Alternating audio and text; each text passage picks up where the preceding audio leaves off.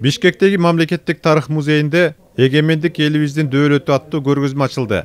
Анда музейдин фондуна жаңы келип түшкөн экспонаттар, Кыргызстандын президентине арналып башка өлкөлөрдүн мамлекет башчыларынан келип түшкөн белектер коюлду. Андан тышкары эгемендик темасына түздөн түз байланышкан жана тарыхый жактан мааниси чоң болгон китептер дагы орун алды.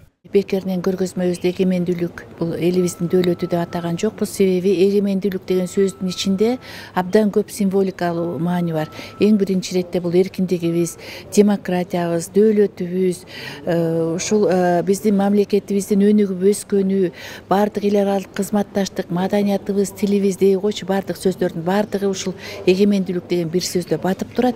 Ошондуктан бул баардыгыбыздын дөөлөтүбүз. Ошон үчүн бул майрам өзгөчө майрам. Ал эми бүгүнкү көргөзмөнүн максаты эң башкысы биз ушул улуттук тарых музейине түшкөн баардык жаңы экспонаттар менен көрөрмандарды тааныштыруу. Кыргыз мамлекетин түптөгөн инсандар жөнүндөгү китептер жана алардын китептери дагы коюлуп турат. Мындан сырткары кыргыз тарыхына байланышкан китептер, кыргыз маданий баалуулуктары жөнүндөгү китептер, андан сырткары кийинки өнүккөн социализм учурундагы мыкты мамлекет башчылары жөнүндөгү китептерди койгонбуз. Муну менен бул кыргыз мамлекетинин түптөлүшү оңой олтоң келбегендигин